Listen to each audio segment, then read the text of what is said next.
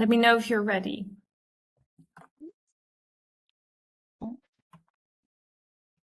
Yeah, I'm ready, so we can start. Perfect. And do you need to pin yourself and me and maybe the other speakers, and then please feel free to start the introduction. Yeah, I will pin the speakers once you start, because now we have the slides and slide anyways, and then after that I will pin the speakers. Okay. And I can't see you, so if you want to start your introduction, maybe you can pin yourself. I don't know if that's possible. Okay, trying something. Can you see me now? No, I don't. No, I can't see you neither. Okay, that's unfortunate. I also don't know what exactly I just did with myself. I can see you, so maybe some others can also see you, but I see you in the bottom. Oh, okay. Perfect. Oh, and Celine sees you as well. So maybe it's just me. Okay, great. Oh, there. Oh, I think it's me. I see only me, and I'm just listening and learning. I think there went something wrong. I'm Nicole. Yeah. That's fine. I think we can work out all technical issues. I will start, and then we'll see everything else. So yeah. Thanks. A warm welcome and thank you everyone for being here today to our webinar on financial sexual extortion against minors, the growing risk, which is organized by ECPAT Germany and Defense for Children, ECPAT Netherlands. My name is Leah Peters. I work for ECPAT Germany as a policy specialist for digital child protection. And I will give you a brief introduction into the topic today, so why we've all joined here today together. And then after that, I will hand over to my colleague Renee from Defense for Children, ECPAT Netherlands, and she will moderate our panel discussion and also introduce our panelists that we have here with us today. We will have time for also questions from the audience. At the end, we calculated for that around 20 minutes. So if you want to ask a question, you can do that in the end. If you have questions in between, or if you don't want to speak because you don't want your voice to be heard, or you don't want to share your video, you can also put questions in the chat. I will monitor those and hand them to the panel. If there are also any technical questions in between, you can also, of course, put them in the chat, and I will try to monitor all of them. And I would ask everyone who just joined to please mute yourself while we are speaking, so that we don't have any distracting background noise.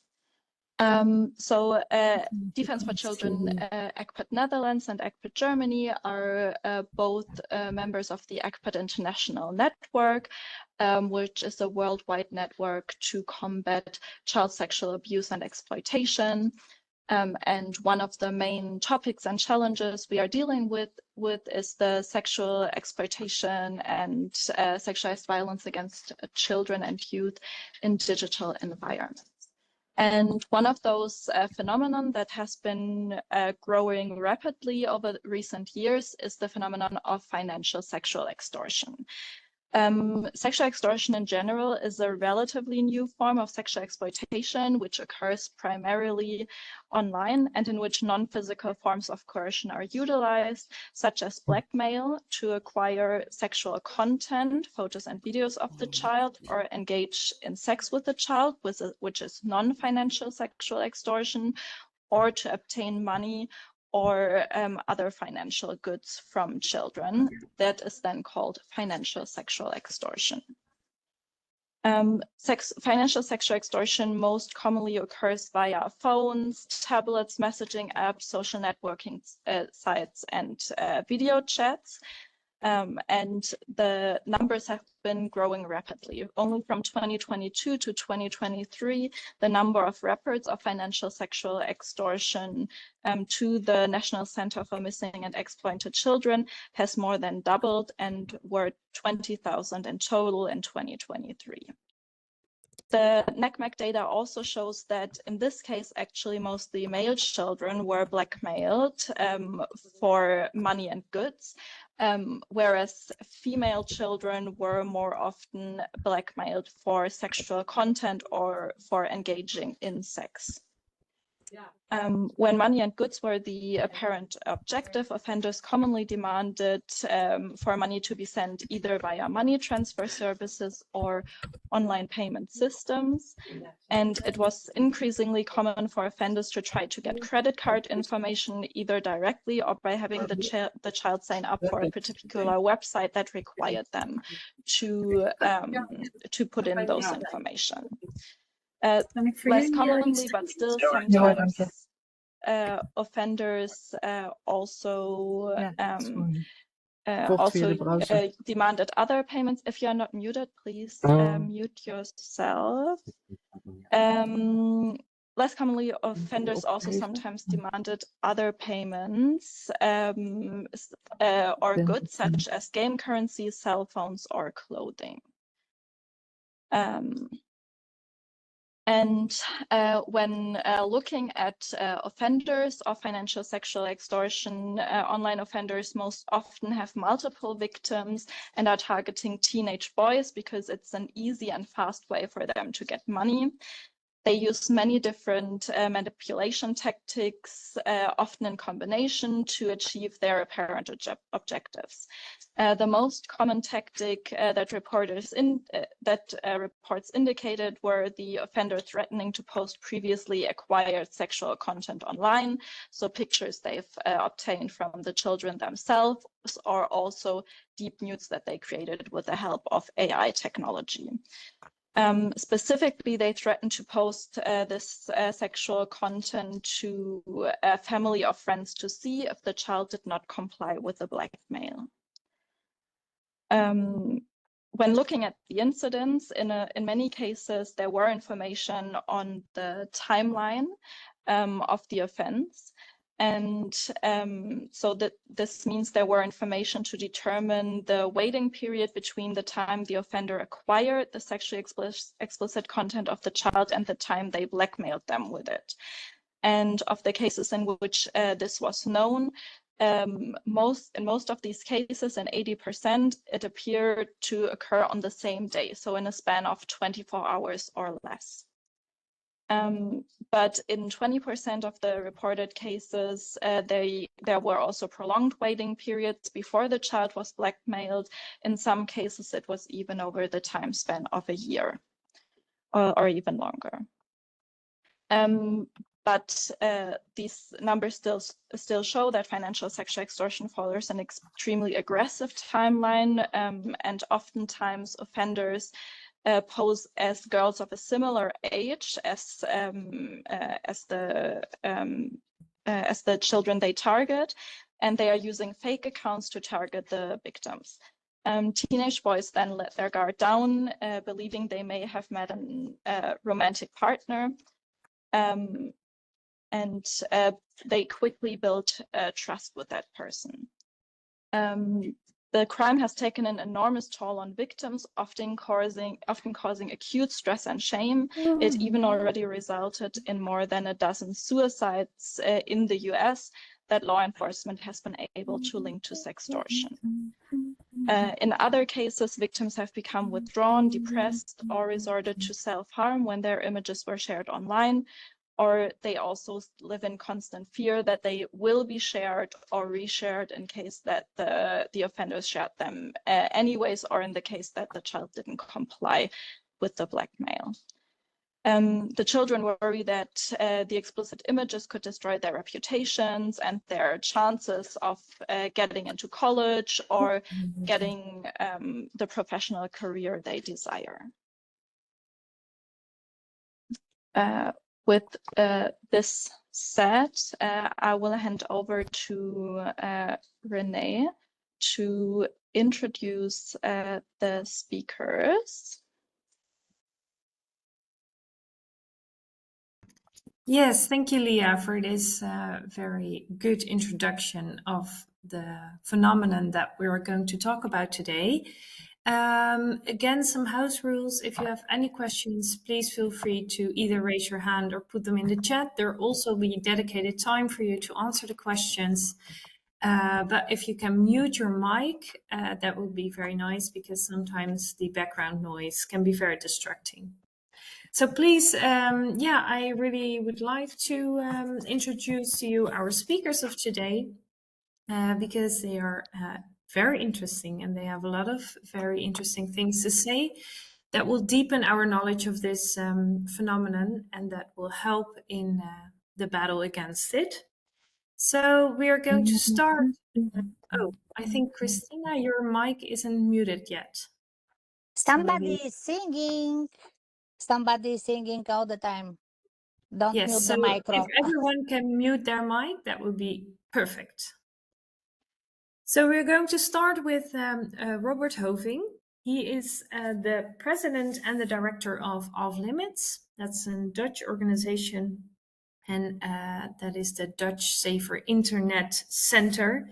And I think the presentation is gone, but under his leadership, Off Limits operates the hotline for child sexual abuse material, in Dutch called Meldpunt Kinderporno, the Help Wanted helpline and prevention program Stop It Now.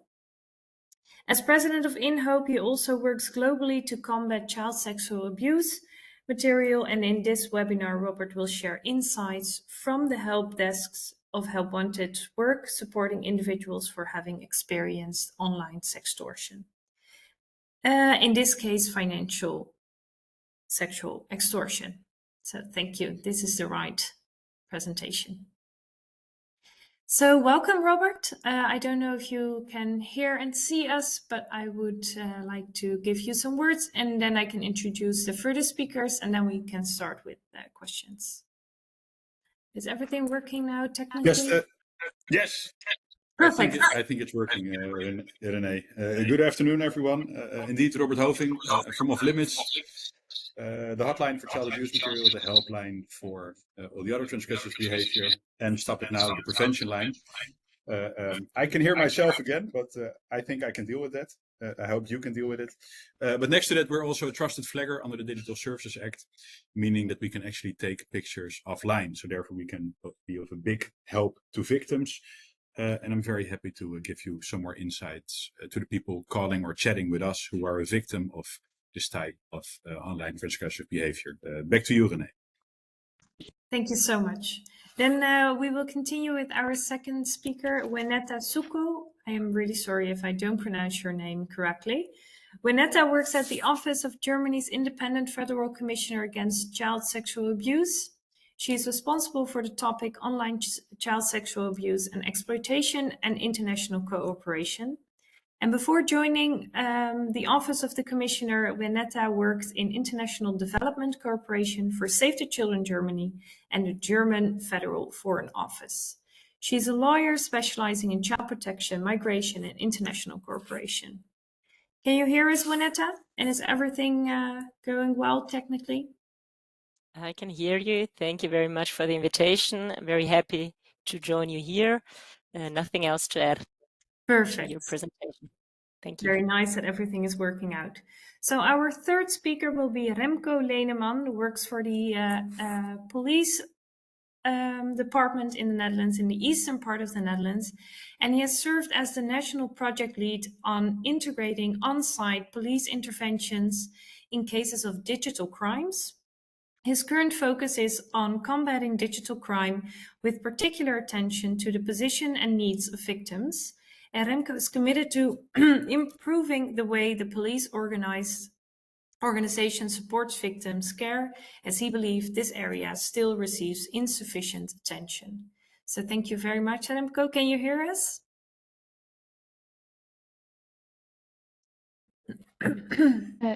You're still muted, Remco. Oh, that's not good. Thank you for your introduction. Renee. I'm happy to join this conversation about a very important topic. I'm looking forward to the other speakers. Perfect. Nice that you can hear us and that we can hear you clearly. Our last speaker will be Julie Fuchs, and she is the EU Policy and Advocacy Officer at ECPAT International, which is the largest network of CSOs dedicated to ending the sexual exploitation of children. Based in Brussels, Julie supports ECPAT's mission to ensure that children's rights are at the core of all EU digital policies, which is a particular focus on ensuring that responses to online child sexual exploitation and abuse are ambitious, child-centered, and right-based. She is closely engaged in policy discussions around the recast of the EU Child Sexual Abuse Directive. Julie, are you? I'm here. Perfect. Can you hear me well? Yes, we can hear you very clear. Thank you very much for the introduction, and I'm happy to be here and looking forward to this discussion. All working on my side, it seems. Perfect. Very good. All right, let's circle back to our first speaker, Robert. And I think, Leah, there isn't any questions in the chat, but I think that people are finding the chat. So maybe we can keep an eye on that. And if you think there are any very interesting questions in the chat, please feel free to just break in and ask the question to either me or one of the speakers that is currently talking. I'm not seeing all the speakers in my screen, but I think that is a me problem. And I hope that everyone else is seeing all the speakers that we just introduced in their screens. Can someone? No. Okay. That is not good. But we are working on that. Perfect. This is what I wanted to see. Oh, no, not again. You're right now. Yes. So for some it's working and for some it's not working. I thought maybe after COVID, everything digital would be peanuts, but that's not really the case. Yeah, I mean, I've put you all on stage basically and said everyone should see this. So I'm not sure why, but maybe something changed now. And hopefully it's working, because for me it is. Okay, for you it is. Well, that is very important. Something changed for a second and we could see all. Yeah, I also, yay, now they're back. Perfect, this is good. Okay, we're all set. Yay, everyone is happy in the chats. Very good. Okay, Robert, let's start off with the first question. Can you maybe tell us something about your work, the helpline, what you see on the helpline, the nature and the forms of sextortion? Just start off.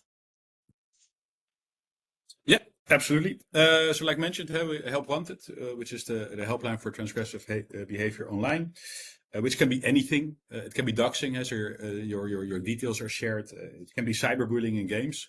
But the main thing that we see coming in is sextortion. And then when we look at the first 6 months of this year, in total, about 2,100 people reached out to us that they were a victim of sextortion. 75% of those are males, boys, and 25% are females. And we see a clear distinction there because we can see that the main thing that people are contacting us for is financial sextortion, and it's mainly boys that are the victim of financial sextortion. Yeah, and maybe also the mute. That or if it's a question, please ask the question. That's also very fine.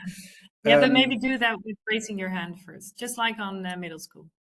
All right, and the thing is, when we look, is that what is also quite how do you say it in a good way? What shocks us is that of this 2,100, 700 are minors. So that means people younger than 18 calling us that they're a victim of sextortion. And according to the Dutch law, that is very simply a child sexual abuse material. It's illegal already. Above 18 is also illegal according to the sex crimes law we have, because sharing someone's intimate images while you know that you can damage someone with it is forbidden by law. And next to that, it's a GDPR misconduct because it's your picture, which means like without your approval, it cannot be shared. A growing trend we see is that more and more movies are being used. So people are reaching out and then they start video chats. And during the video chat, they start to undress and then secretly it is videotaped. So that is something that we see growing up. And something else we see which worries us, and that also has to do with, I think, the young victims, is the case that when it's financial extortion, they ask, for instance, they have to pay €1,000 and they will not share the images.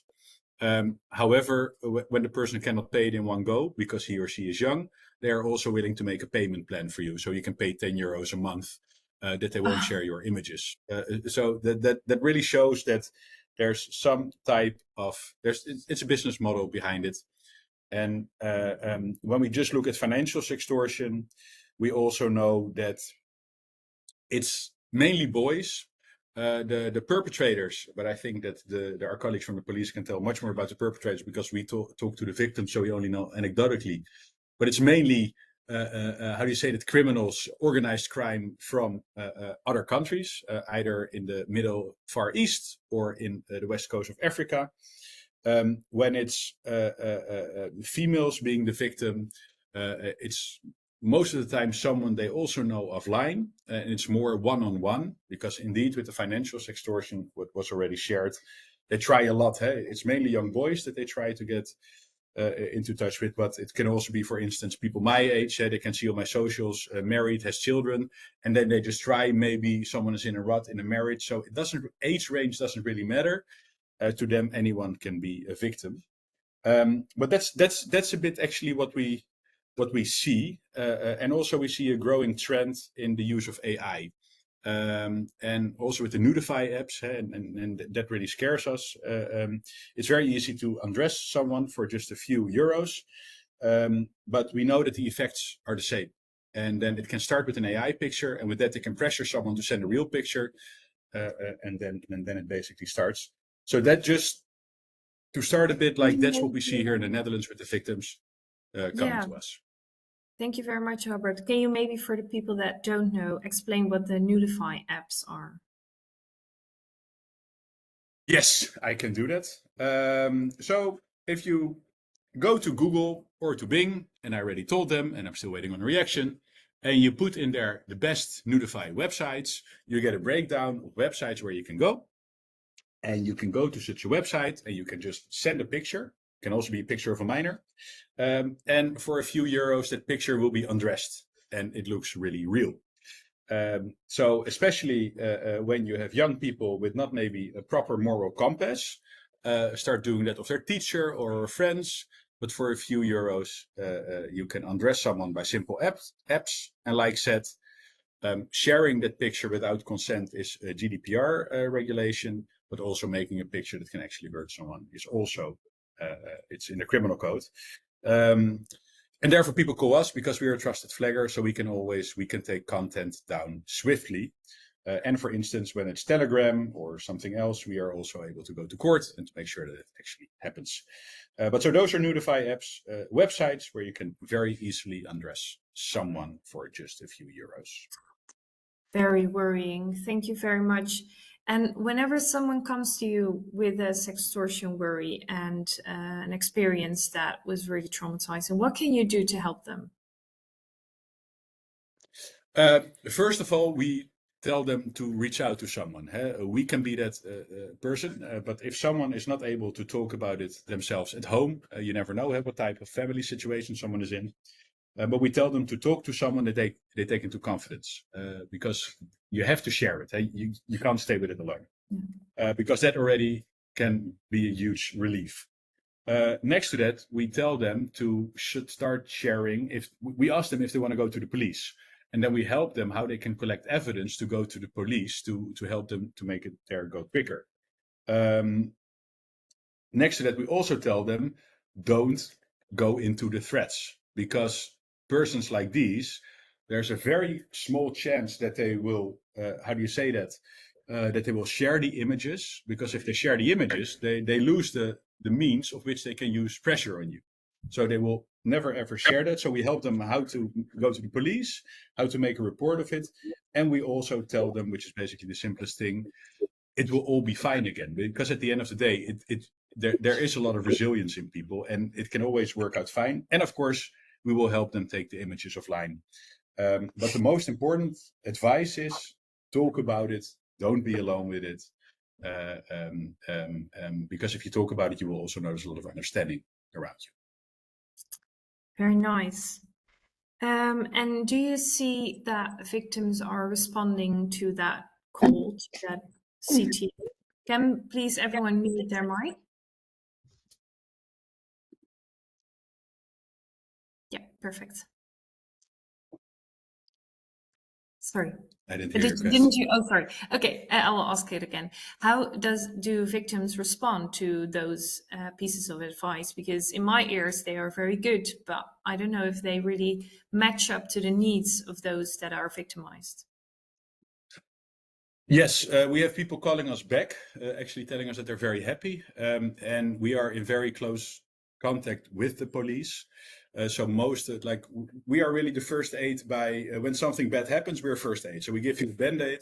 The Band-Aid can be taking the image offline, but we especially help you to go to help. So we not only send people to the police, which the majority of people, we help them how to file a report at the police.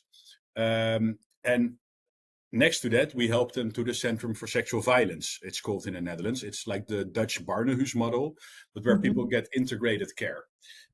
Because a lot of times, even though it's online, they can't sleep anymore. They don't dare to go to school anymore. Suicidal thoughts can happen. So people also need traumatic care. Of course, we are anonymous, but when we need to help someone, we actually need to know who it is because we need to look at the evidence. We analyze the pictures to really know if it's illegal. And therefore, we can also get feedback. And we know that people are very happy with us. And for me, the most prevalent thing to know that we're doing a good job is that we're increasing every year. Last year, we increased with 30%. And this year, we are per month already at the double number of people reaching out to us. That is for me a sign that apparently we are doing something that helps. Well, I think you can take that sign as you doing a very good job. So thank you for that. One last question for you, Robert, but please feel free to answer as broadly as you want. How do you think that this problem can be prevented or better detected? Or what do victims themselves say about that? Was there any hurdle for them to talk about it? Or how can this problem extend in the world? The broad answer, firstly, like I said, more males or boys take up contact with us than females. That's because we have more victims of financial extortion, which is mainly boys. But I think in the Netherlands, we also have something called victim blaming. We are very quick to say, you shouldn't have sent that picture, or wasn't it your own mistake? Or, so then we're already telling the person, well, you made a mistake. And then that person is not really going to look for help. So I think that's one thing. I think it has to do with education. We have the freedom of education in the Netherlands, which is of course super good, but that means that every school can decide themselves how they educate children on the online world or on, for instance, sexual education. And these things, they are illegal and they're a GDPR violation, especially when it's artificial intelligence. Young people don't know. So we go to schools a lot as well. And when I'm in the same town in Amsterdam, I can be at a school in a good area. Their kids will get all the attention they need regarding the online sphere. And then in a bad neighborhood, they don't get that. So I think giving every kid the same level of norms, values, difference between males, females, because it's a lot of times it's gender-based violence. I think good, proper education is a very important key of that. But that's preventing it. Then in the here and now, organizations like Off Limits should have enough funding in the whole European Union to be able to deal with all the calls. Because you heard my numbers rise with 30%, but I don't have 30% extra people. So you need to be able to help those victims. The same is for care afterwards. The police needs, of course, to have enough capacity. And also a lot of times you can ask the question, but again, our colleague from the police will say it better. If it's perpetrators in another country, it might be very difficult for the police to do something, but then at least we can ensure that those pictures go offline and that people get the proper care they need. And then also, well, thank God last week in the parliament, they approved that the Centrum Sexual Violence, which is the helping area for traumatic care in the Netherlands, will get structural funding. But I think also giving proper help is quite important. And the final step is enforcement. In the Netherlands, we have actually 99% of all the laws, but it's just a question of then really biting down. And if someone, like we had with Telegram or like we had with Mr. Deepfakes, is not complying, really just go the extra mile. I think the French example, because that was, of course, it was not sextortion, it was sharing of intimate images through Telegram, but the French, they just grabbed the owner of Telegram. And I think that's what you really need to do. You need to go behind the owners of these platforms where it's happening. Really bite down on them, sue them, financially really get to them, because that will also give others the idea like, oh, I shouldn't do that. Let's take Mr. Deepfakes. Mr. Deepfakes censored itself, and eventually it completely blacked itself out. But Bellingcat, an independent research entity, discovered that it's a pharmacist from Canada who was behind it. As far as I know, he's still walking around without any fines or whatever. So I think this impunity of people owning these platforms where it happens is also a very important aspect of it. So that's very broad. And then I see a question, what platforms are mainly used for financial sextortion? The prevalent platforms we see are the platforms where you can get into touch with people. And you can get into touch with people, for instance, at Instagram or Snapchat. So that's what we see in our numbers. But of course, I don't know if those are the biggest because people approach us. I don't know the prevalence. I just know where the people approach us from. It's mainly Instagram and Snap. I hope this answers all your questions. The last one was a bit broad. No, but that was yes. on request, so that was very good. Thank you. So platforms where you can get in touch with each other. I think that is a very commonly heard answer to that, because that is where it happens. You need to be able to chat and to send pictures and videos in order to become a victim of sexual exploitation. All right. Are there any more questions for Robert? Because otherwise I will go to our second speaker. Also, if you are a speaker and you have a question or something to add, please feel free to do so. I'm waiting for the chat for a little bit. Nothing. Well, then you were very clear, Robert. Thank you so much. What are the means of payment? Oh, wait, there are a few questions. What are the means of payment? And do you also see a lot of peer-to-peer financial sextortion? Or is it mainly... Sorry, yeah. Renee, sorry. Maybe like I will note down those questions. Maybe we keep them and come back to them later, and we'll move forward. And then I'll keep the question. Thank you so much. All right, then we can move on to our second speaker, and that is Renata Suko. I'm sorry, again, very sorry if I pronounce it incorrectly. You work at the Office of the Independent Federal Commissioner Against Child Sexual Abuse Issues. And please, can you maybe elaborate a little bit more about your office and what you are doing and how your work is, well, connected to this subject that we are discussing now? Thank you very much, Renee. Yes, of course, I was just thinking that maybe it would be helpful if everyone knows what the office is all about. So maybe 3-4 brief introductory words on the office itself. So the Office of the Federal Commissioner Against Child Sexual Abuse Issues is an office that was funded in the year 2010. So we have been existing for 15 years now. It's a very, I would say, unique German structure. We're politically independent, but at the same time, organizationally attached to the Ministry of Family Affairs. What is important for us, but I hope also for the work that we do, is that on July 1st, 2025, so 2 weeks ago, this office was institutionalized by law.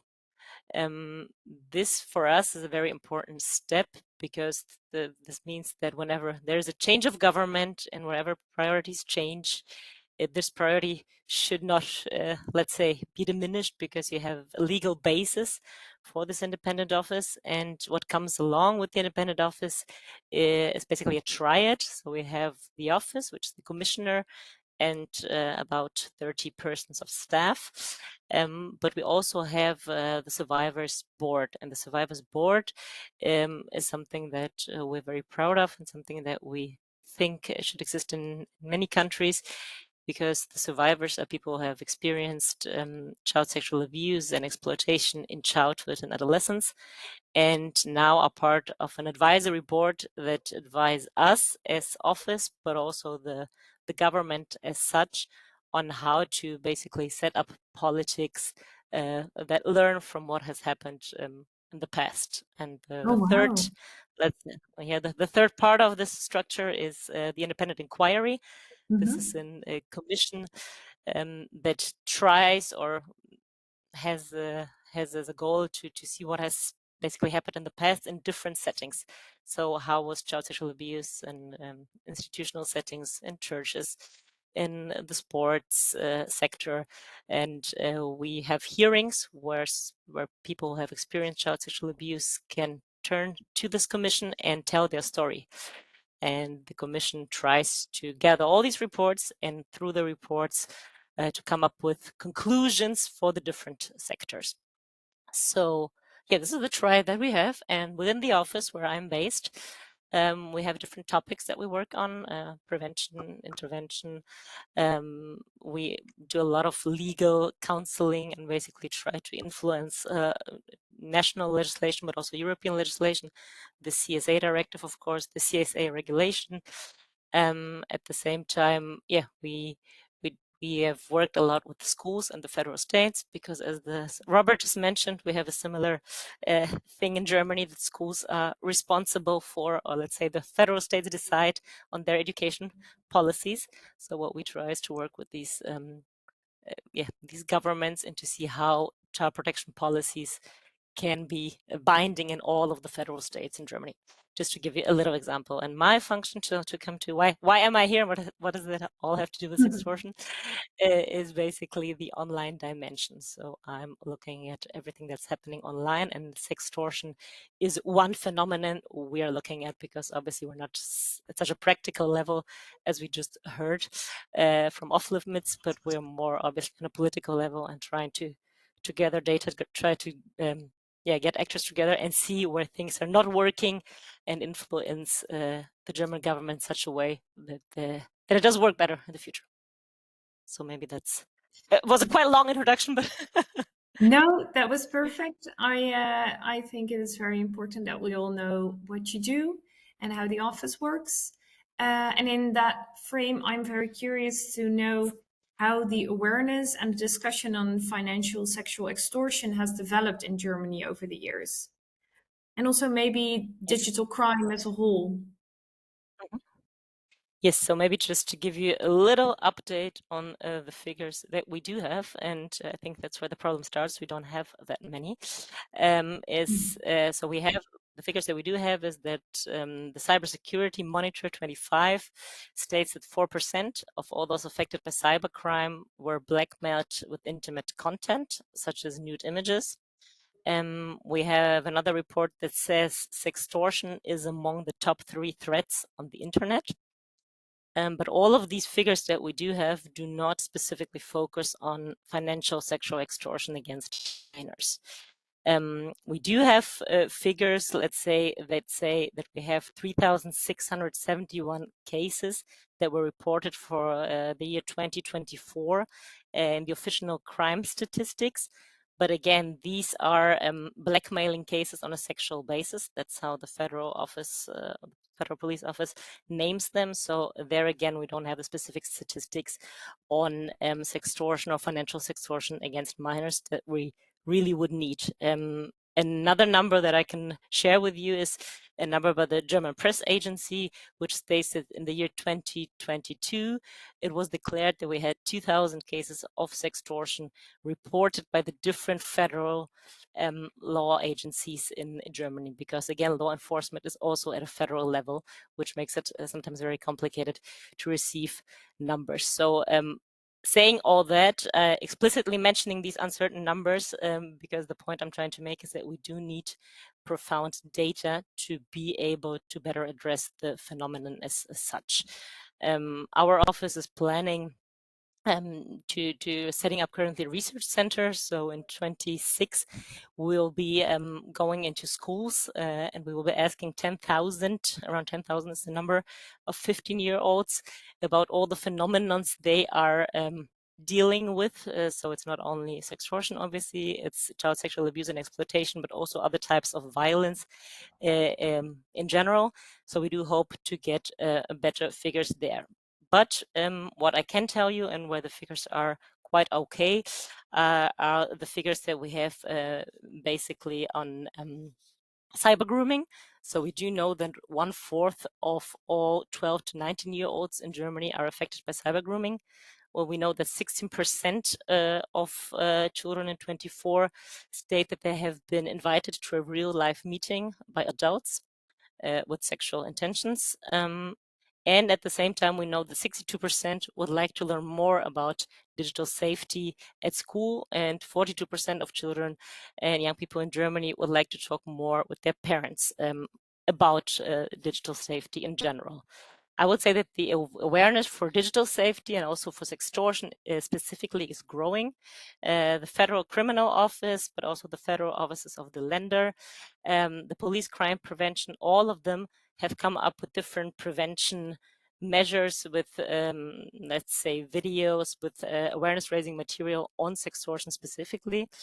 The German Awareness Center, ClickSafe, which you should be familiar with, or which you probably know, and the peer-to-peer counseling service for online abuse, UPort, published a specific flyer on sextortion in order to raise awareness in schools. And only in the first 3 months, 25,000 flyers were sent out to schools.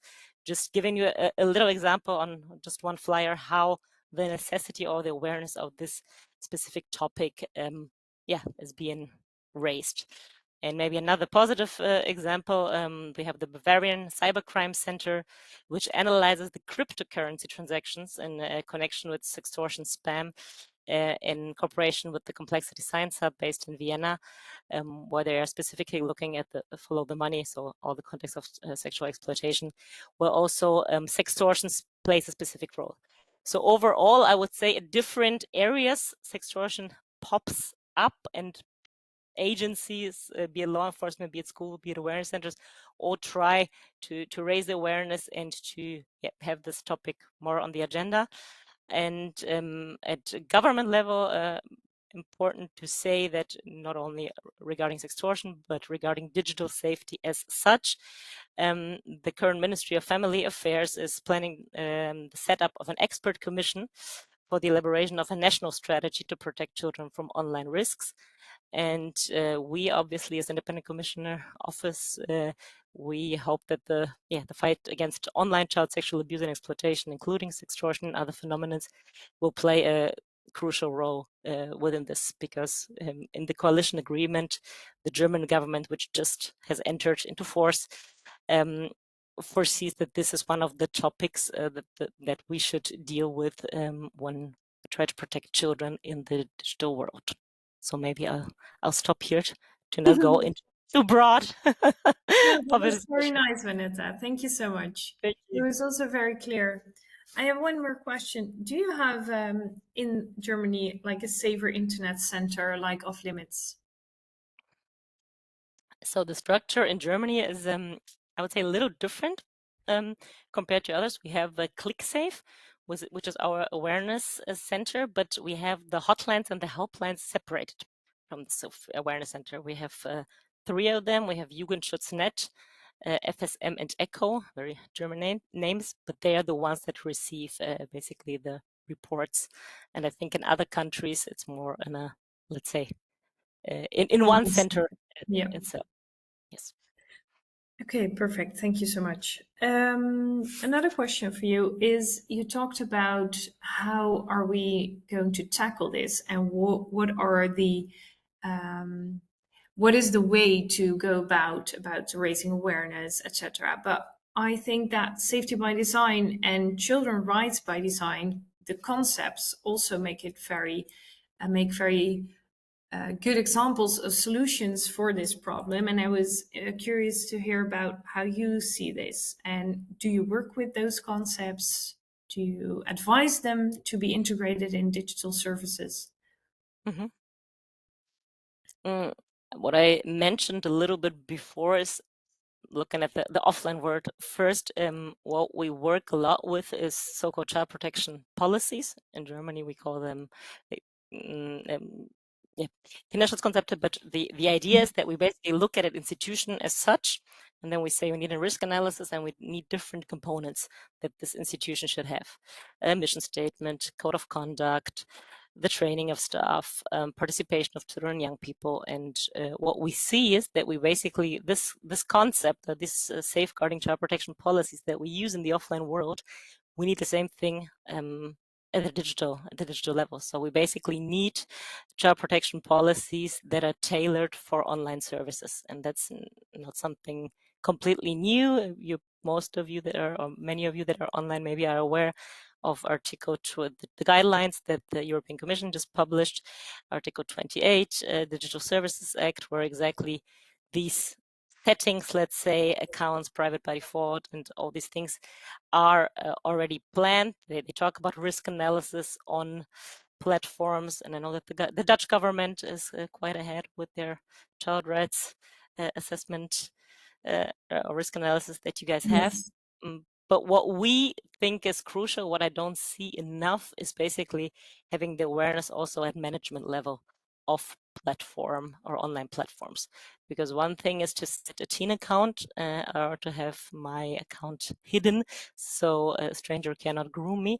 Another thing is that it's really part of my policy. So when we talk to churches or to sports clubs, we say it has to be in your DNA, right?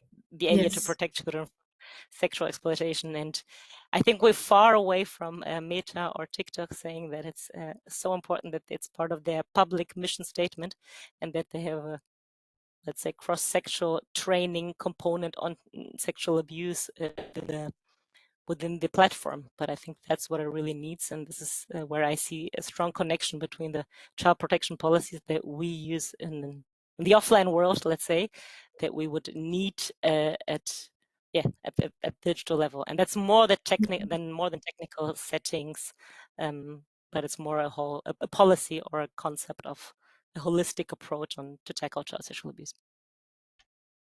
Nice. Thank you very much. And I think you're completely right. The teen account is a way to start, but it is possible to turn off all the privacy options that we're giving to you because you're underage. So what does it really help, you know? Okay, maybe we can go on to our next question, because you told us about the survivors board that you have. And I was curious to know if they say anything about sextortion. Have they experienced it? How do they look at this phenomenon? And what do they advise to you guys that would be good policy? The survivors board does advise us on different matters. Specifically on sextortion, they don't have a specific stand. On digital safety as such, I would say yes. And I think when we talk about the different measures for the survivors board, it's always important to look at both sides. So one thing is you look at children and young people nowadays. What are they facing? What do they need? We just had with the independent commissioner, we actually had some workshops because we have youth policy days within the ministry that are organized. So where the commissioner got in touch directly with young people. And in 25 minutes, she received very, very clear answers on what digital platforms would have to do. I think it was a summary of the 28 DSA guidelines in a very short time. But at the same time, talking to young people now is crucial. But our survivors board always tells us we also have to look at survivors that are grown up now and that have still basically images online that have not been taken down. And so basically the idea is to, yes, do policy and politics based on what young people need now, but also make sure to see the victims that still suffer and that are still basically being re-victimized by everything that has been online. So there is a strong call to us, to the German government, to have better, let's say, systems in place to take down images, which we currently don't have in such a form that we would say proactively. We, in a great number of cases, we take down CSAM.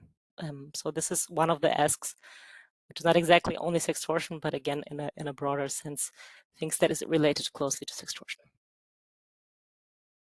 Yeah, nice. And I think that is an ask that we see in the whole of Europe coming back, because this is something ECPAT International also says a lot, because they hear it back from their countries, member states. So thank you very much. Do you have anything to ask, Winetta? To add, not ask, but you can also ask something. Add, ask. Maybe later. Thank you. No, thank Okay, thank you. Thank you very much. And then I think we can continue with our third speaker, and that would be Remco Leendeman from the Dutch police. Remco, we already introduced you, and I'm very happy that you can be here, because I came, I heard your name in a news article, because you are the, how can I say this, the starter of a new policy of the police, and I would like to give you the floor to tell something about that. Yeah, thank you. That's correct. I worked on the street, and I started to work in 2020 on digital crime. And I was seeing the fact that the police is still investing a lot on traditional crimes. Like, for example, there's somebody broke into your house and the police is coming to your house to help you out. And we saw on digital crimes that the police was not stepping forward. For example, all the digital crimes, if you're a victim of it, you could make a report through the police by or calling them and asking for a place in the agenda for a police station. Most of the times it's a 2 weeks waiting time. And the other option was you go to our website and you make a report yourself. I thought it was a little bit strange, because if, for example, you're robbed on the street, the police is never going to tell you walk to that small alley, and on the other side of the alley is the police station. But to victims who are online victim by any crime, we say to them, go online and make a report. So we said, let's try to also send a police car, if the victim wants it, to the address and help them out. So we tested that. And after that test, we get a lot of feedback from victims who were the police visiting, and also the colleagues who did the visits. And we changed a little bit the structure, how we wanted it. And then we started in the east of Holland, but soon the police in Holland is 10 units. Other units came to me and said, like, can you help us out also to do it here? And that was going very quickly. And 2 months ago, it's a national work instruction that will say all the victims of digital crime can call the police and ask them if the police coming by, wherever they are. If they're at school, or if they're at work, or if they're at home, they get the option that the police is going to them and gonna try to help them out. And that's our priority number one. Just be there for the victim and help them out however you can. And the report is then, the second important thing, but the priority is like to help victims.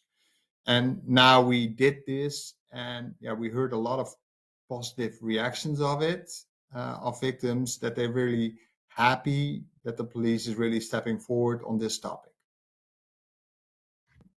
Very nice. I think you made a very big impact by implementing this national work instruction, and it's now nationwide. So I think that is really, really cool, and you can be very proud of that. So you're hearing back positive feedback, but can you maybe first, when we're starting to get into the subject, can you maybe share a few facts and figures about sextortion that the police encounters?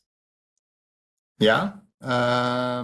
Yeah, I have a good example. Robert said it before us, but victim blaming, for example.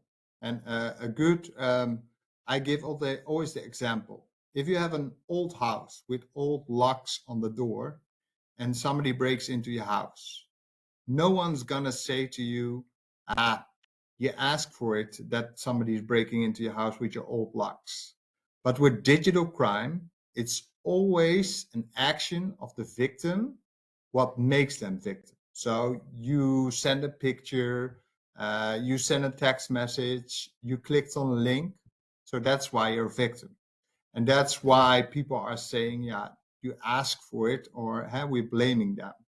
So that's, I think, the first big thing. What really made us realize it's very important that we step forward on this topic.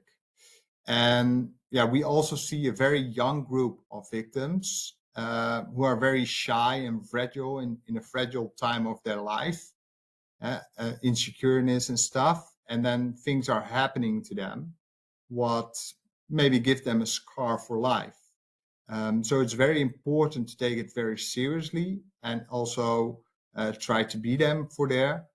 And also make it a normal thing. Like it's everybody can be a victim of digital crime because AI gives criminals tools that they can be more professional, that they can be more victims. And that's very important on this topic, I think, to realize that this is, I think, just the start, and we really have to step forward on this topic. Oh, your mic. Sorry, I was listening to my advice so well that I muted myself. So that sounds really good, and I think the example that you gave about the locks not being as good is also because digital literacy is something that we don't have. Not everybody has that, and especially young children. So giving them a word of what the risks are on the internet is very important. And then we can circle back to the education advice that either Robert and Vanessa gave. So thank you very much. And wait, let me check where we are. You also said something about the impact of home visits, but do you have like a more general view of how those home visits are impacting? How are they? Are they making an impact? What do they do? And is evidence, for example, being gathered safely more often? Like we called, I think, with this work instruction, we called like more than 200 victims back to ask what they think about it. The first primary reaction was, finally, I was taken seriously with this visit of the police. It's very important to listen and not first to grab the report and make a report, but just listen and try to be there for them. That's very important, and especially on sextortion, I think, because I heard a lot of victims and also colleagues who are saying like, the police came to me and helped me out, but it's also very, because they're so fragile, some kids didn't tell their parents yet. So they called the police and the parents didn't know it yet. We're visiting a school, for example, and go to the kid and help them out. But that's showing also how fragile it is. And that we really have to step forward for this. Those kind of things we really hear back, that they really appreciate it, that we're coming by them, we help them out. And after that, we can also like point out where they have to go. So the organization who helps victims in Holland, we can send it to. We also send them to Help Wanted, like how can you avoid to be a victim? Those kind of tips are also very welcome to them. So those kind of things we are, and it's more like our goal is, we are there to make the country or Europe safe again or safer. So that's our work.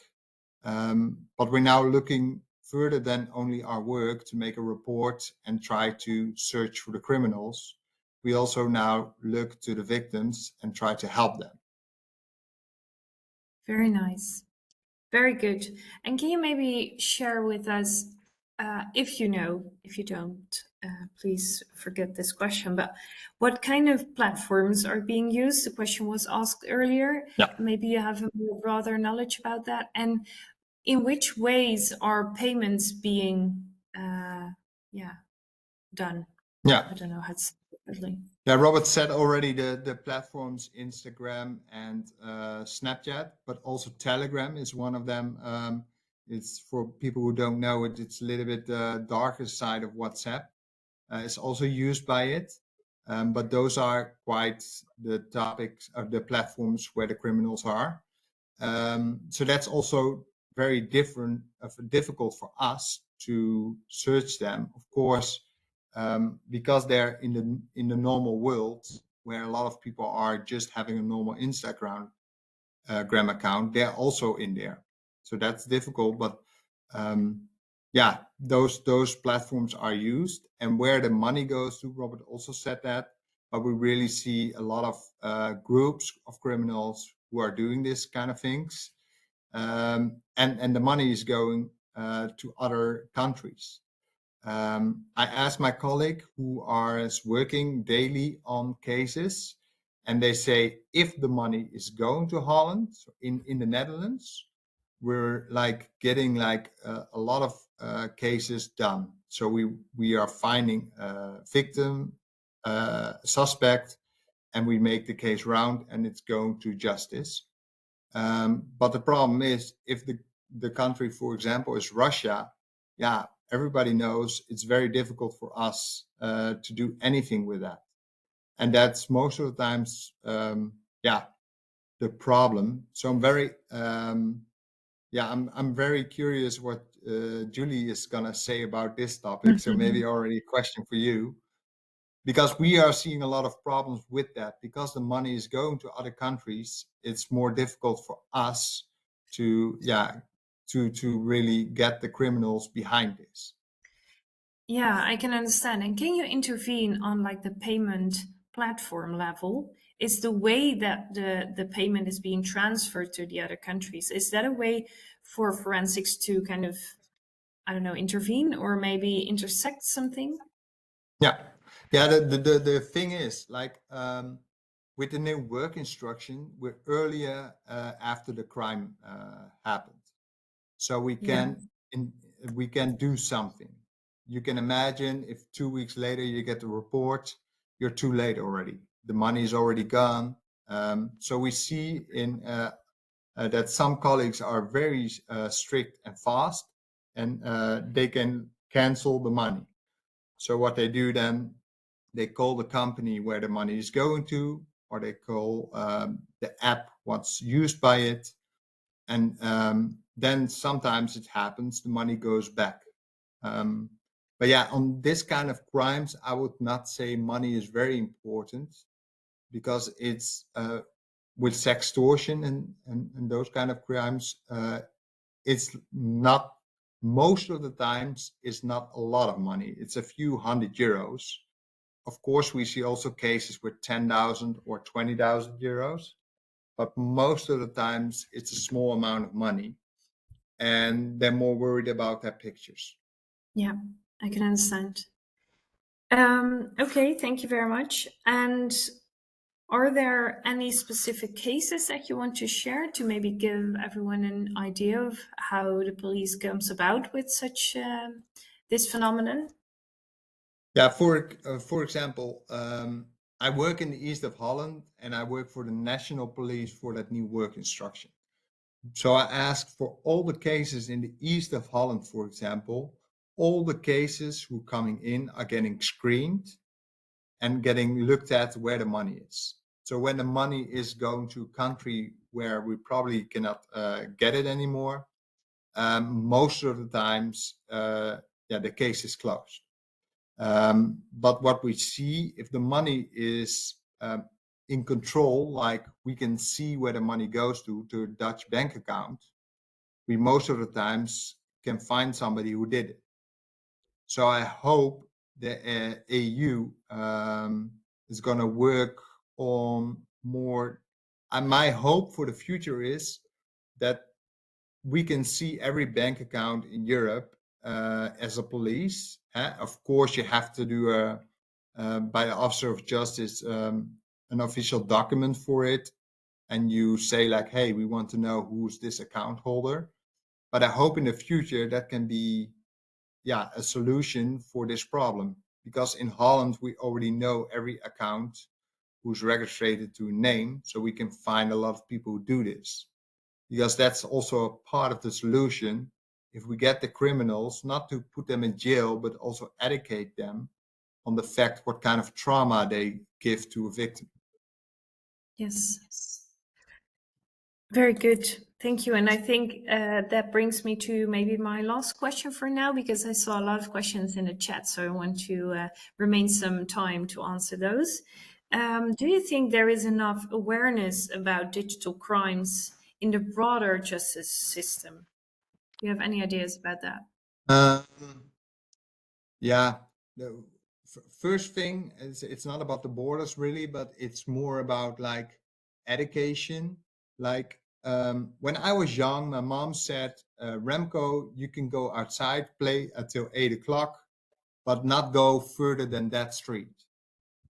And now, and that was a rule of my parents giving to me. But sometimes we're seeing as a police also that kids are getting phones with them with the whole world on it. So they don't have limits of what they can see. They can follow a YouTuber who is like maybe 18 plus is better. So those kind of things we see with borders, that people get a phone with them. And if they're 12, they can search for the whole world and see the most dangerous or scary content. And about the borders, I hope Europe is going to be more united on these kinds of crimes. But I think also, if I'm being very honest, then the problem is going to go to another country. We already see criminals operating out of Africa or the Middle East. So, the borders of the world, it's really the solution, I think, of part of the solution. Because when criminals in Europe are not safe for a country police, they're gonna relocate them in another country. So it's a very difficult thing, I think, to really do something with it that makes a solution for everybody. Yes, I'm afraid you're right, because we see with every sort of crime that it moves to the weakest link, and the countries that do not have any enforcement on this problem will become the haven that criminals will go to. But still, we can do something about it, and maybe ECPAT has some ideas for that. So thank you very much, Remco. And I will move to our last speaker, and that will be Julie Fuchs. And correct me if I don't pronounce your name the right way. Perfect, thank you. Julie, I am wondering, what do you think when you hear all of those speakers talking? Do you have anything to add at the beginning of your section of this webinar? I would say I prepared so many points, and it touched on everything that the previous speakers mentioned. But I wanted maybe to dive first on language and the Luxembourg guidelines. Yes, perfect. Maybe Go ahead. I'll start there. We know language plays a powerful role in the way we understand, we respond to, and eventually we prevent harm. And this is, as mentioned, especially true in cross-border context, where inconsistent terminology can lead to misreporting, underreporting, or just simply weak child protection responses. So when all the actors speak the same language, both literally and conceptually, they are better equipped to coordinate their efforts. So consistent and rights-based language is not just about semantics, it's really about improving protection, justice, and support for children. So that's where the Luxembourg guidelines come into play. I don't know if you all are familiar with them, but they were developed by a global interagency working group, including ECPAT International, Save the Children, Interpol, and UNICEF, to name a few. What do? They offer clear, survivor-centered, and precise terminology to describe the various forms of child sexual exploitation and abuse. They were recently updated, and in their second edition, they really emphasized the importance of using consistent terminology to avoid also language that could cause further harm.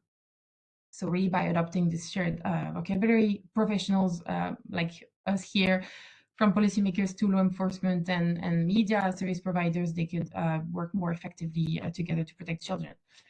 So take the term sextortion. It is often used, but it can be misleading. It often fails to make clear that the victim here is a child and that the offense constitutes a serious form of sexual exploitation. So the term can also unintentionally downplay the severity of the abuse and its systemic and exploitative nature, as we discussed. And also because we know it's happening on a massive scale at a large industry, and that it's becoming more violent, degrading, and cruel. Calling it sextortion is simply too vague and downplays how serious and widespread the abuse really is. So in contrast, we can use the in the Luxembourg guidelines, we can use the term financial sexual extortion of children, which this time clearly shows this is a serious form of child sexual abuse and not merely a digital or a financial crime. It really puts the child as the victim of sexual violence and emphasizes the coercive nature of the abuse in a clear way. I also wanted to touch upon, the motivations behind the crime, but it was also discussed at length, so that unlike other sexual offenses, perpetrators of this specific crime may not be driven by the sexual interest in the child. So instead, they exploit the sexualized images to extort money or more content. But really, it's important to recognize that this motivation, really to shape the way we investigate, but also how we prosecute, particularly drawing from financial cybercrime frameworks, for example, but always keeping the child protection at the center. I also wanted to mention a bit of the gender dynamics, as was already mentioned by Robert. I believe that this is specifically, this affects frequently adolescent boys. And actually research that we have conducted at ECPAT International on destructing harm is that this is actually influenced by gender norms. Also, for example, a higher likelihood of image sharing, also informed by masculinist norms of taking risks and things in design. And also that in some regions like West Africa, the expectations that boys contribute financially to the households. So they would be more also targeted for this. And on top of all of this, of course, the social norms around masculinity can further discourage the disclosure from the victim. And as again mentioned by Robert, boys are more affected by financial sexual extortion, while girls are more targeted for extortion that demands increasingly explicit images. But here again, even for girls, this exploitation also has financial implications because the images can still be sold or circulated for profit by perpetrators. So just to mention all of these patterns that really are important to recognize in ensuring that we develop stronger, more inclusive and more effective responses to these crimes, and that language matters. Language does matter. So maybe that is a very good point, and we should have made it a bit earlier in the webinar, but it's a good way to start at the rounds of the speakers. So thank you very much. And Julie, if I can stay with you, what do you think is necessary on an EU level, but maybe even on a global level, policy-wise, to tackle this problem? Thank you. Well, for sure, current legal and policy framework, both at EU and international level, lag behind the complexity and the scale of this threat. At the EU level, actually, the Child Sexual Abuse Recast Directive presents a critical opportunity to address these gaps.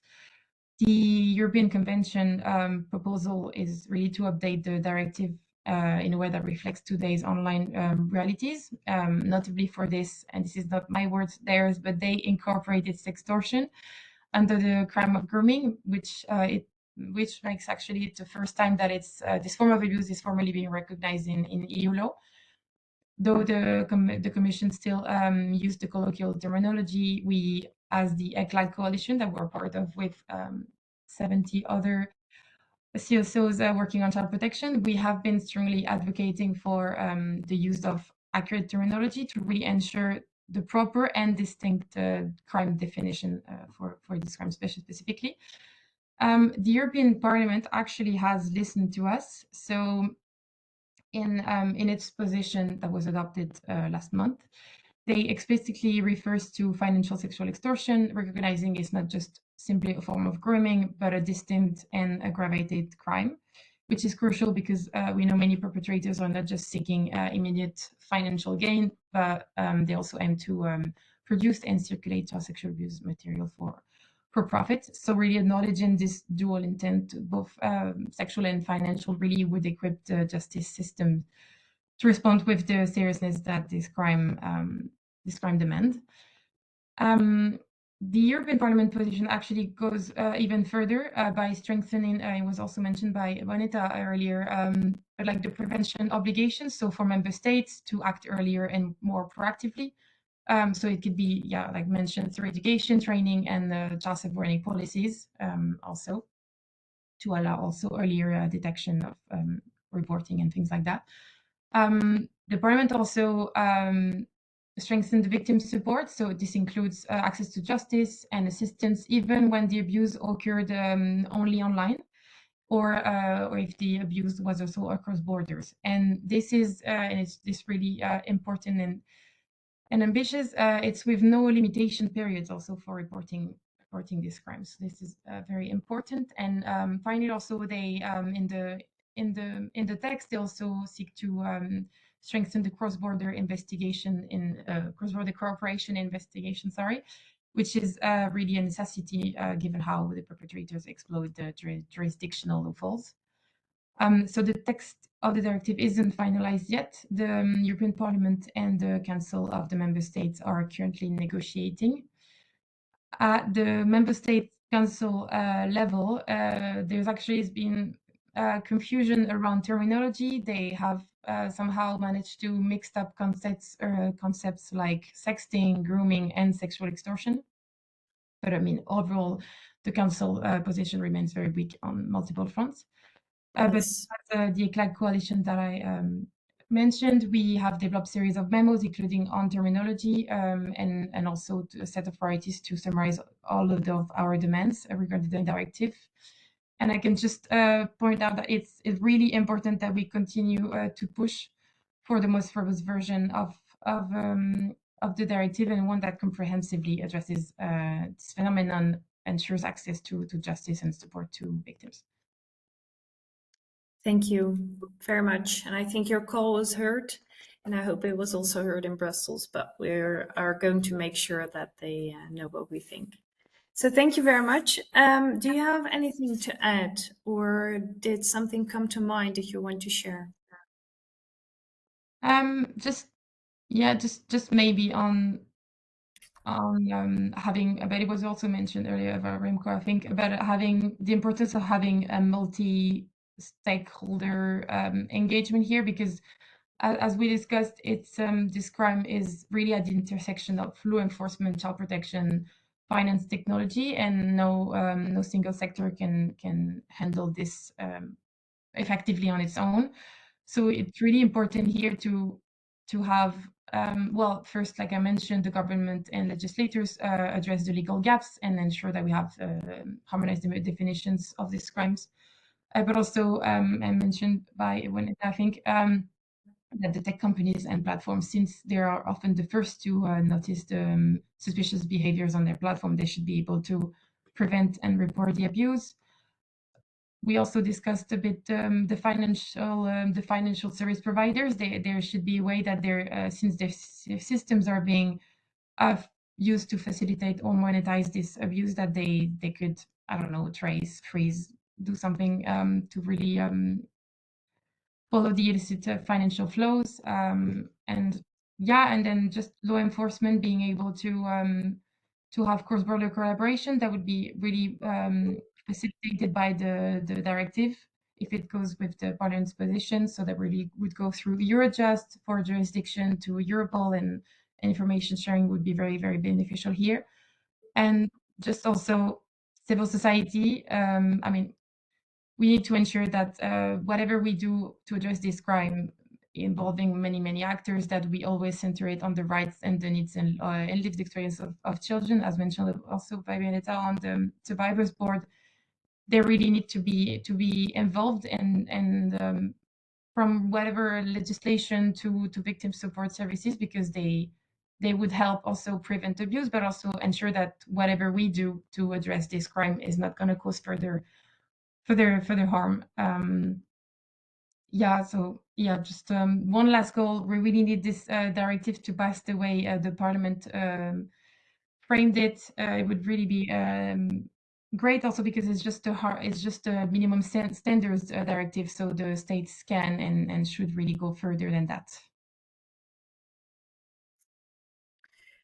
Very good. Thank you for your last call to us. And it's very difficult. I know the position of the Council isn't as strong as that of the European Parliament, but hopefully we can change that. Thank you very much to every one of you. And I think that was very enlightening. Leah, I have seen a lot of questions in the chat, but you maybe made some notes, so maybe you can take over. Yes, so I noted down the questions that were in the chat, and also if you have any questions you want to ask directly, also feel free to raise your hand and we will call on you, and maybe I start with one or two questions that were in the chat. Then from the panel, like whoever feels called on to answer this question, please jump in.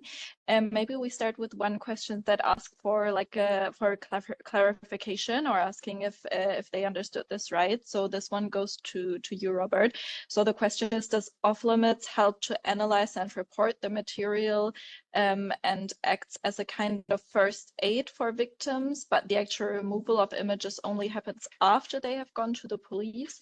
Or do the hosting providers directly receive a notice to take down from off-limits?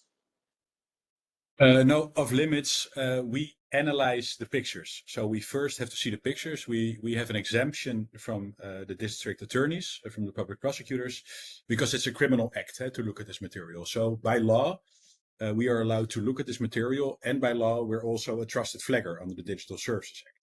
So that means we look at the images. The reason that it's set up is they started with child abuse material with the hotline, and the amounts in the Netherlands are so high, the police would never be able to look at all those images and then send notices of takedowns, because with the police, it's an official report. We send a request for takedown. So we send a request. And then when they don't comply with us, then it goes to the authorities to actually make an official report about it. But so no, we look at it. So we really look at the images. We talk to the victims. We send a request for takedown. We send it to the hosting provider. We send it to the platforms, to the search engines, to any online digital service provider, and we have contracts with them and special entrances on how to do that. And then they take it offline, from Telegram to Instagram to any party we do that with. But so we take the images down, and after that we send them to proper help.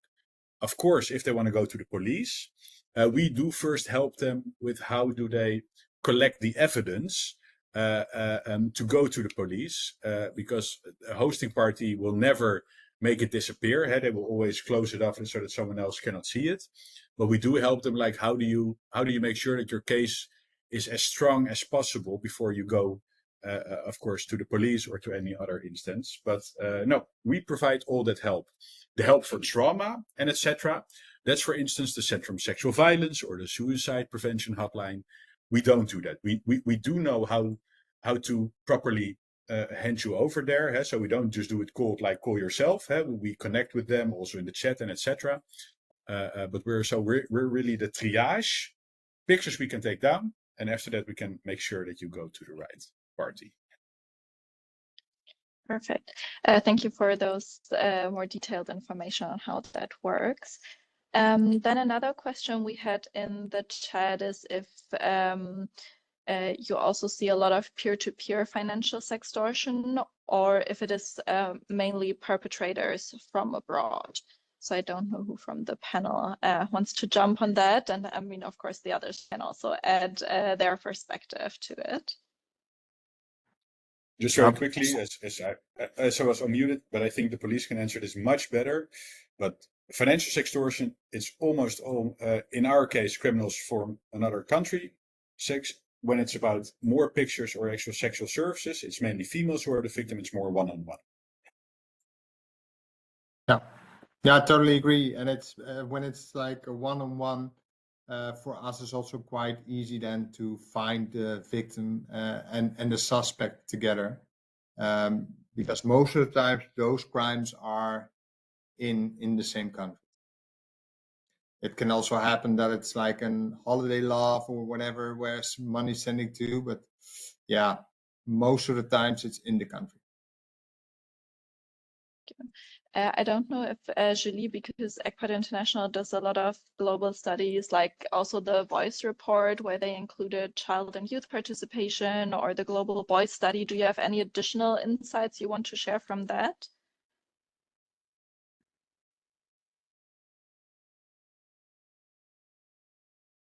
No, sorry, I have nothing to add. No worries. You can also jump in later if something comes to mind. Vanessa, please feel free. Yeah. Just a question, actually.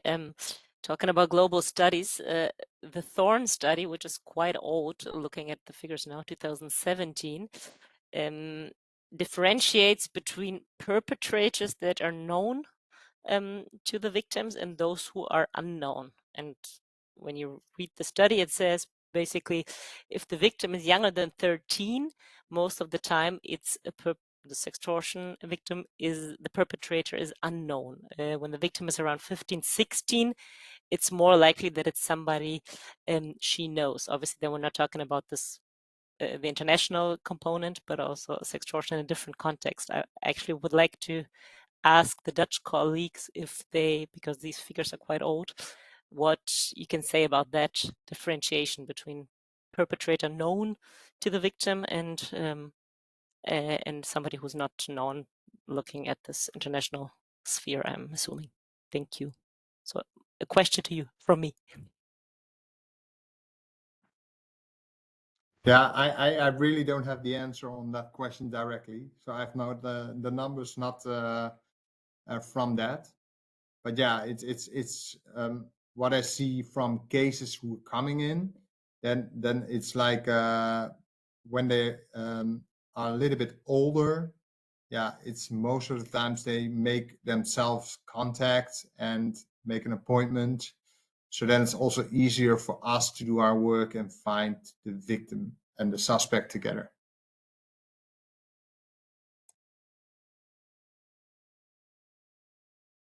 Perfect. Thank you. I don't see. Yes, someone put up their hand. So maybe before I continue with the chat questions, we can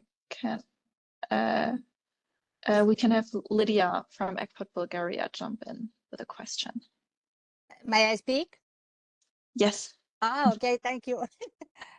You know, I'm very deeply involved in these matters because almost 6 years I work on the problems of romance scams, and I work on the problems of the victims and support for victims, characteristic of especially the Nigerian scammers, because this is my topic of interest, because I was involved in their attempts to scam me.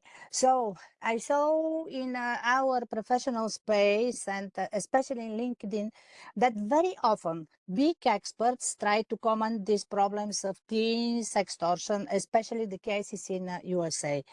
But what I mentioned, that all the time we focus our professional attention maybe mostly on the efforts to block these profiles, to investigate, to punish the scammers, but we don't put so much attention on the prevention in terms of education of the teens. Because you see, this is very serious psychological problem, especially for the boys, especially for their early sexualization, about their understanding of their sexuality. And that is why I think that everywhere, not only in USA, because they have maybe about, they say 76 or most cases, they are not too much having in our mind the size of USA, but every single case is very important. And you know that on YouTube, many families and parents who lost their child thanks to the sextortion and financial extortion, they started to do campaigns and to explain what must be done. And I think that it's very, very important to start with, if we have such disgusting phenomena, some children to suicide themselves, just only because of some neck picture, we must do prevention to educate them that, yeah, Lydia, sorry? can I maybe ask, do you have, can you maybe go to the question, because other people also. Yeah. Okay. What we do in the schools about education of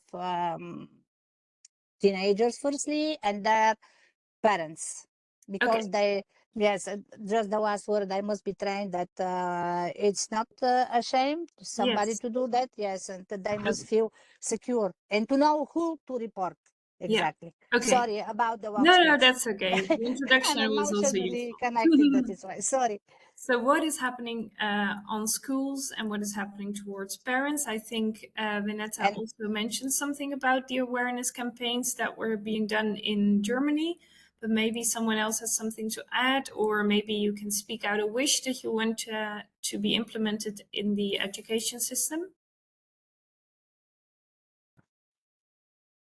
I'm totally agree on the fact that we have to educate. In Holland, we work with neighborhood officers. So every 5,000 people who live in Holland has one personal police officer who is responsible for that area. What we are doing, we're providing him with information so he can go into his network and go to schools, go to gatherings in neighborhoods, and really talk about the topic like sextortion or how to act or how to behave online, what to do and what not to do. So yeah, but I think if you want to really make it more global and stuff, I think Robert also said it here, make it part of school system. Yeah, I completely agree. And then talking dreams and stuff, what I really like is with Help Wanted, we're doing a pilot here for the city of Amsterdam, because the mayor of Amsterdam, Madam Halsema, takes the online sphere, especially for females, very serious. So we're doing outreach to schools and really a lot of prevention in the schools. And I think that's very important. Like, how can we bring it close to the people who can be the victim? Because people can find Help Wanted when something goes wrong, but like before that, they will not know it. So I think it's also really in the prevention, like that you already know before you can be a victim what you have to do. And I think why that's very important is because that research also shows that when someone is a victim of online sexual violence, most of the time they will tell a peer, they will tell someone they know. It might be someone in their school, and then that person also needs to know where he or she needs to go. So that to me, schools and municipalities in the Netherlands are crucial to really, and therefore my dream is the local elections are coming up next year, and my dream is that every political party has this in their program locally to combat this? That's a very that's a very good good dream, goal. and I think it may be quite realistic, but also ambitious. Leah, do you have more questions? I think Vinetta just unmuted herself, so maybe you also wanted to add something. Yeah, maybe to add a dream real quickly. In Germany, as I mentioned, there are many things going on, and also the law enforcement agency, they have prevention departments who actually go out, different schools, ClickSafe, as mentioned, different counseling services do things. The question that I'm struggling with is in such a big country as Germany, with so many different levels of government and different competencies, how to really get standardized knowledge on prevention throughout all schools. I think Robert mentioned that in the beginning, to be sure that every child has the same level of knowledge of digital literacy. And that's something that, I have certain hopes with this new commission and the national strategy that has been set up. But at the same time, I'm fully aware of the competencies that we have at the different levels. So I'm really, really, that's something that we want to work on as independent commissioner, to see how can we get all this knowledge, all this material, all these campaigns, all the different existing things together in a standardized way, but at the same time making sure that the levels that are responsible actually do the work, because obviously at a national level we can't do it. That's something I'm really still struggling with and interested also to learn from other countries with such federal structures, how they have how they've gotten there, because the knowledge that you need to prevent yourself from extortion is the same. So you don't need different campaigns and different material all over the places. So I think we have to get better in learning from each other and using best practices that we have. So maybe one last sentence on that. It's not only education, but I'm also very much hoping for the European Center to be installed with the CSA regulation of the directive that Julie mentioned, which I'm totally agree with everything you said, but also looking at this regulation, which establishes or plans to establish a European Center, where the idea is also to bring together good prevention concepts, programs, and share the knowledge between European countries. So that's something I'm really hoping that we can achieve that. And Germany wasn't helpful in the past, so we hope that with the new government this will change. Yeah, no, We've I all was been. just going. Oh, sorry, I'm jumping in. Yeah, perfect. Go ahead. Sorry, it's just also about the EU Center. The problem is that it was actually in the directive also to improve everything that was there, but because of the negotiations on the regulation, it has been removed. So it remains to be seen. But that would really be a huge step forward in collaboration across sectors and prevention. And because we talked about prevention, but it's also important to talk about reporting. So importance, as I mentioned, of the language we use, so that children know they can come forward and it's not their fault. And to ensure that we don't cause further harm, and that people who work with children are trained into knowing how to speak to them, but also noticing cases of child sexual abuse and exploitation. Thank you very much. And Leah, go ahead. Oh, sorry. Just to add on that, yes, the EU Center is super important, but even when the directive is adopted, it might still take 5 to 7 years before it's actually materialized. On the other hand, there are safer internet centers.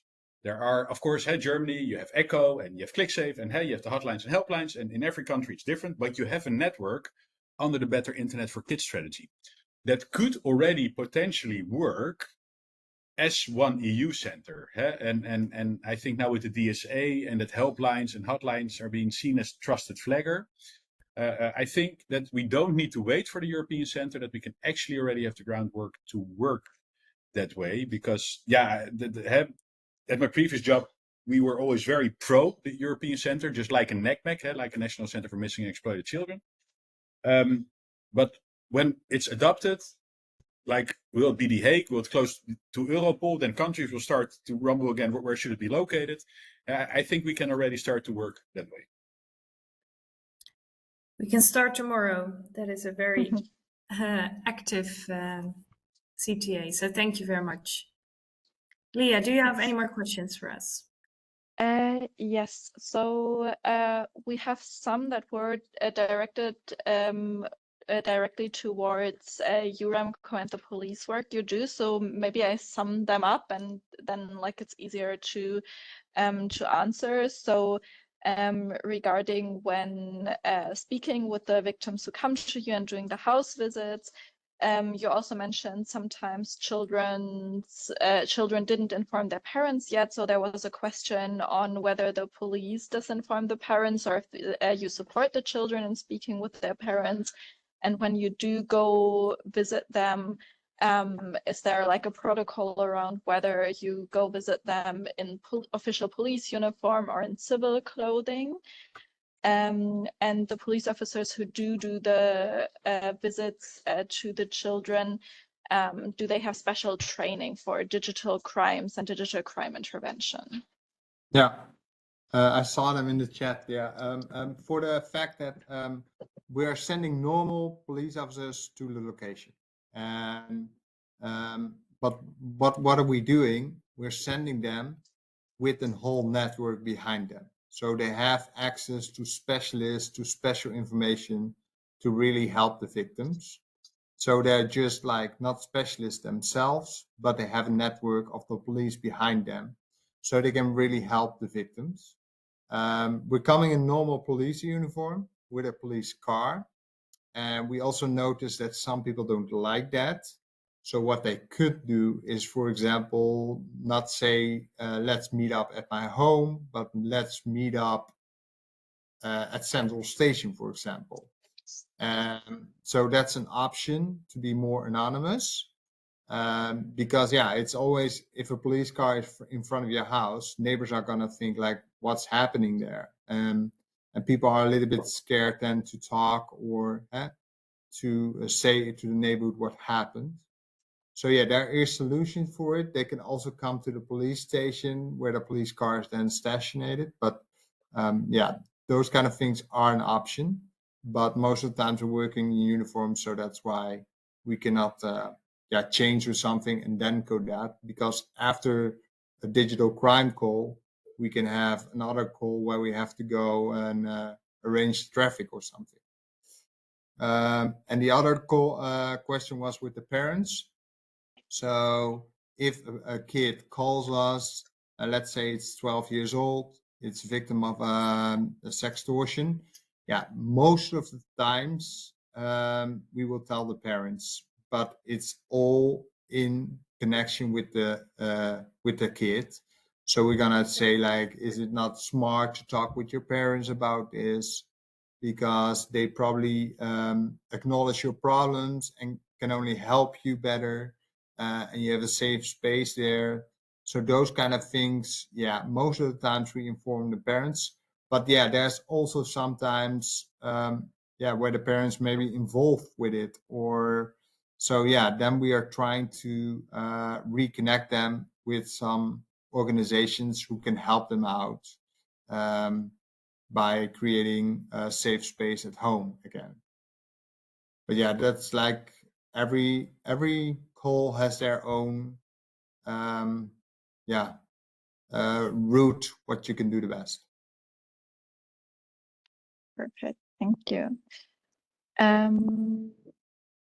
Time is like slowly getting towards the end. There was one also very interesting question in the chat.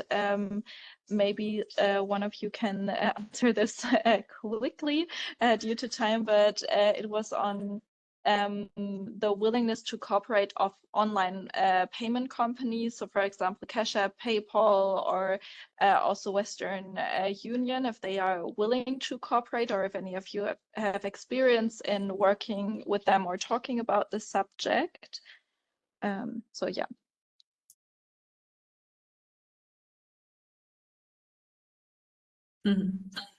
Yeah, we always. Oh, yeah, we can always send them a request to, but that's have to be an official request from the police to them.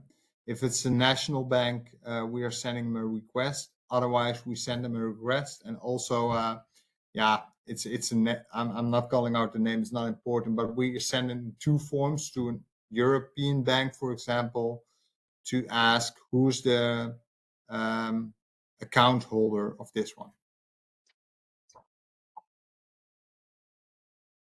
Thank you. Robert, you also wanted to add something on this. Yeah, maybe also to turn it around a bit. And I don't know how to do that. But of course, what was super effective with Pornhub is that MasterCard and Visa, like 10 years ago, said you cannot use our services anymore. And then all of a sudden, a lot of images of abuse and I don't know what were removed. So I don't know how, but you could also include those companies in the conversation and be like, hey, what are you going to do yourself? Looking from a standpoint of corporate social responsibility, how are you going to ensure that you are not malused? Because a lot of the times there's enough investigations by the financial investigation units, for instance, by the police. Like we know a lot where the money goes to, so we know the hotspots. So you could also turn it around. I don't know how, but that's just an idea that I got. We're here for your ideas, Robert. Thank you very much.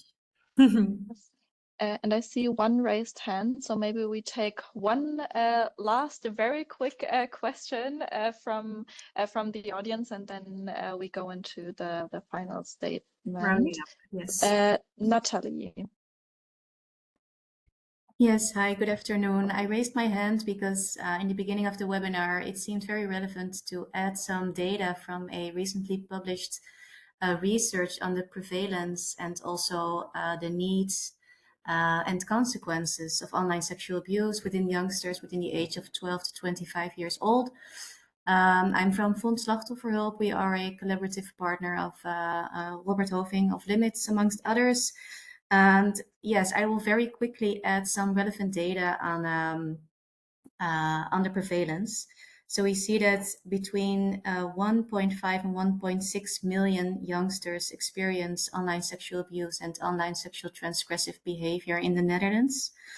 Between 650,000 and 745,000 youngsters experience online sexual abuse like grooming, sextortion, deepfake pornography. Between 207,000 and 269,000 youngsters experienced online sexual abuse in the last 12 months.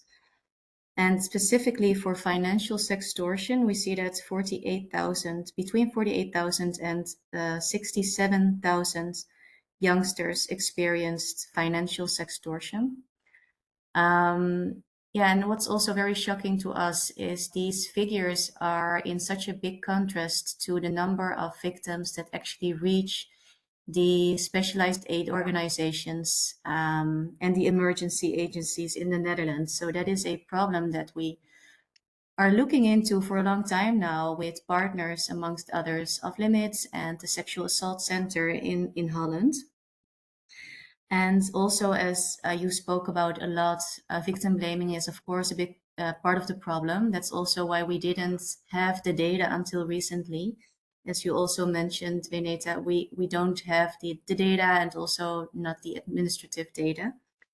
So we have the intention to turn this research into a monitor so that we know about, for example, new forms, new vulnerabilities, to show urgency with policymakers and make sure that this topic is on the political agenda structurally. And I was also wondering, what is your take on developing a monitor that could be, for example, EU-wide, so that we make sure together that this topic is on the political agenda structurally? Thank you very much, Natalie. Before someone answers your last question, could it maybe, because those numbers were very useful and I think they add a lot to this discussion that we had in this webinar, can you maybe put in the link to your latest research in the chat? Because I saw some people asking for it. Definitely, yes. Thank you so much. And Leah, go ahead. Yeah, just looking at the time, maybe Renee, I hand back to you and you go into the final statements, and maybe some of you can integrate their answer like into the final statement, or otherwise like write it in the chat if someone has to say something to that, because we only have 7 minutes left. So looking at everyone's time, I hand back to you, Renee. Yes, that's very good. Okay, so then we're going to go to the roundup. I will go to every speaker and give them the chance to maybe say some few sentences and to round up this webinar. Think about the monitor question of Nathalie, but if you don't want to say anything about that, that will also be fine. So take the stage and maybe you can say some last words, Robert. Yes, where a lot of people sometimes have trouble muting, I have trouble unmuting. One thing that wasn't mentioned, but what I think is also still important, a part of the solution is proper age verification, because on these apps, Snap, Instagram, you have people that can very easily act older than they are, and you have people that can act younger than they are, or act completely different, and then they connect, and that is where it goes wrong. So I think age verification and what the EU is doing now is very important on that, but maybe we should be a bit more stricter in that and not just try it out. Also in the Digital Services Act, the Article 28, I still think that they are quite ambiguous in terms of protecting the minors.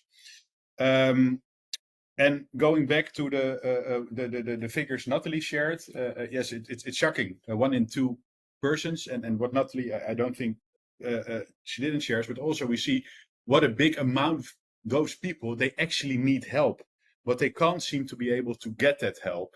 And that just very economically will cost the European society a lot of money in care, in criminal, etc. in the long run, people not being able to take part in education anymore. So I think it's a very important report, and I think it would be fantastic if you could monitor that, not only on a Dutch level, but indeed on a European level. So I completely agree. Perfect. And thank you all for your time and attention. Thank you. I will go with the same order as that we started. Juanetta, do you want to say anything? Sure, thank you. So I think, yeah, my wish would be a little list of things. I think it starts with the political will and prioritization to combat child sexual abuse and exploitation online. We need a coordinated approach. We talked about this between different state levels, but also between different actors, be it law enforcement, prevention actors, schools. We need parents very, very, very much. So parents need to be aware of what is happening. We haven't talked about them yet, but they're crucial for everything that is happening. And of course, children and young people themselves. So my wish, again, a digital literacy at all levels and for all these 3 target groups. And at the same time, robust, strong laws at European level that oblige online platforms. And I totally agree, age verification is something that we're looking at closely right now, but also, yeah, more binding provisions, let's say, for online platforms, be it on the level of precautionary measures, but also at the intervention and the takedown of CSAM. Yes, thank you so much this round. Thank you for your input, Juanetta. It was very useful. Thanks a lot. Remco, do you have some last sentences for us? I think it's very important that everybody takes a piece of the cake. Politicians, police, organizations. This problem is too big for me, too big for us, too big for Holland, too big for Europe. But everybody has to step forward and maybe do something what's not in your package of work normally, and take a step forward, because digital crime and especially sexual digital crime is rising, and we have to stop that rising and be there for the victims. Thank you. That was heartfelt. Julie? Yes. Well, I can only echo all the speakers here, and thank you very much for this discussion. It's really interesting, and yes, age verification for sure as one of the tools, but not only. Like mentioned, also the directive and the regulations are very much needed. We're already behind, and when it comes to the directive, it's been 10 years that we had the first text, so the recast is already behind. So it's really important that right now in the trilogue, all the member states really push for a robust text, and as mentioned also by Remco, that it's important that all sectors work together. We all have something to bring in the fight of this crime, and again, it's really important to include the voices of children and of survivors. They're the ones who also know how we should speak to them and how to prevent and effectively address this. Thank you. Well, thank you. Thank you all for being here and for giving your input on this very important subject. And I think it was very interesting. If I can summarize, I think it was inspiring.